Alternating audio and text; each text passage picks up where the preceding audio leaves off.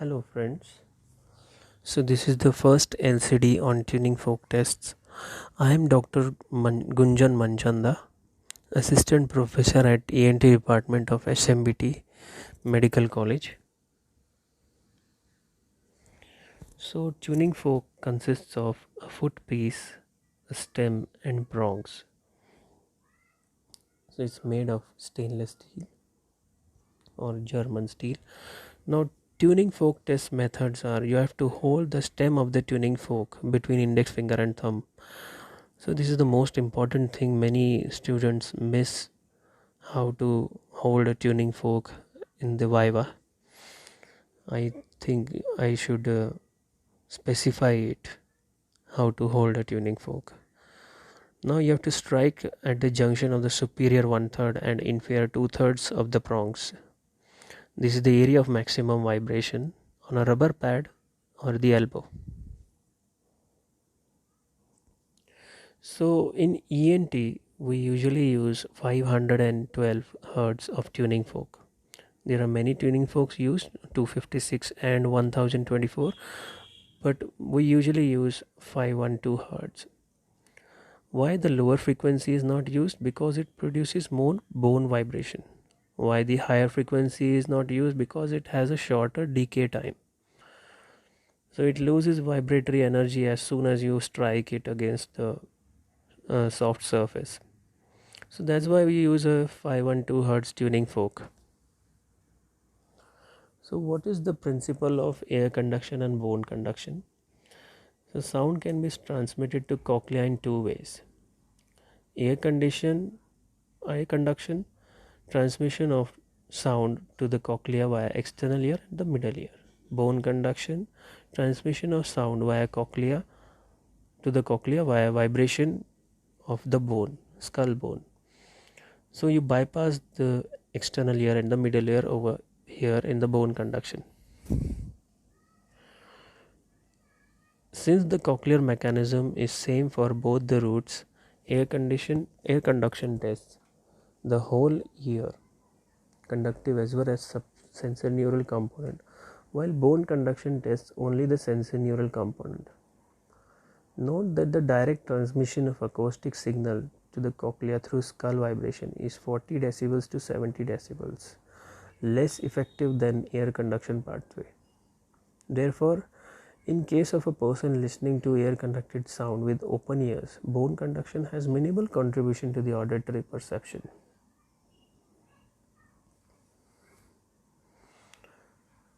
Raynaud's test, this is the very important and first test while using the tuning fork tests. So the principle here, normally the air conduction is better than bone conduction. Testing the air conduction, you hold a vibrating tuning fork like 2 centimeters lateral to the testing ear so that the prongs vibrate parallel to the acoustic axis. How do you test the bone conduction? You hold a vibrating tuning fork and place the foot piece on the flat surface of the mastoid. How do you interpret the Raynaud's test? If air conduction is better than bone conduction, it's either positive or there is a sensorineural hearing loss. If in conductive hearing loss, bone conduction is better than air conduction. So you can also evaluate hearing or hearing loss with the help of tuning forks. If you use a 256 Hz tuning fork and it's negative Raynaud's for 256 Hz, then the person might be having a mild hearing loss of 15 decibels. If it is negative for 512 Hz, then the patient might be having 30 decibels of conductive hearing loss, which is also mild.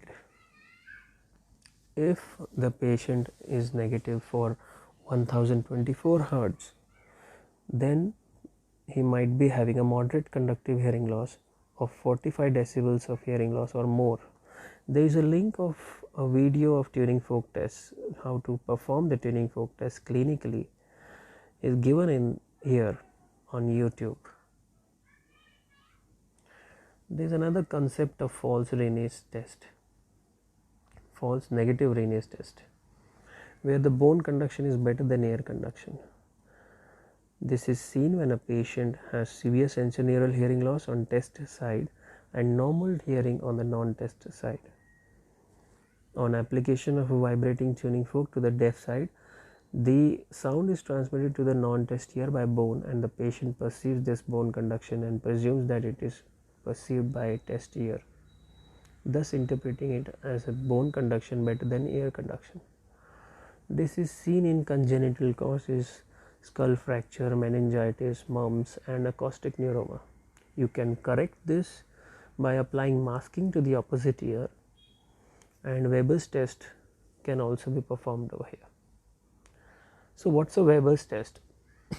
This test is useful to identify unilateral hearing loss. A patient with unilateral conductive hearing loss would hear the tuning fork loudest in the affected ear. This is because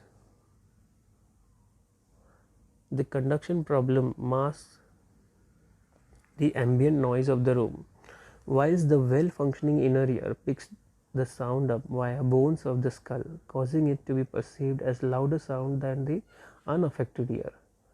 Place the footpiece or the base of the tuning fork, vibrating tuning fork, on either of the midline of the vertex, forehead, chin, or upper incisor teeth. Ask the patient where the sound is heard louder. Normally it's not lateralized to any side, so the Weber is centralized. In conductive hearing loss, it is lateralized to the poorer ear, and in sensorineural hearing loss, it's lateralized to the better ear. Absolute bone conduction test is also called as modified Schwabach's test. The bone conduction level of the patient is compared to that of clinician. It includes occlusion of the external auditory canal by pressing the tragus to reduce ambient sound in the surrounding. This is not done in Schwabach's test. So the prerequisite here is that a clinician must have a normal hearing. Examiner closes the test ear by gently pressing the tragus against the ear canal. Footpiece of the vibrating tuning fork is kept over the mastoid bone, and the patient listens to the fork till the sound completely disappears.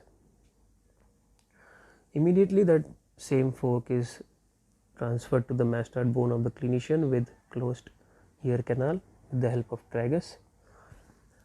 Now if the clinician listens and if he can appreciate the sound or not, the interpretation is done as follows.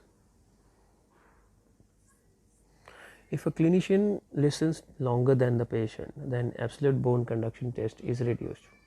So the interpretation is sensorineural hearing loss. If the clinician listens equal to that of patient, absolute bone conduction test is normal and interpretation is normal.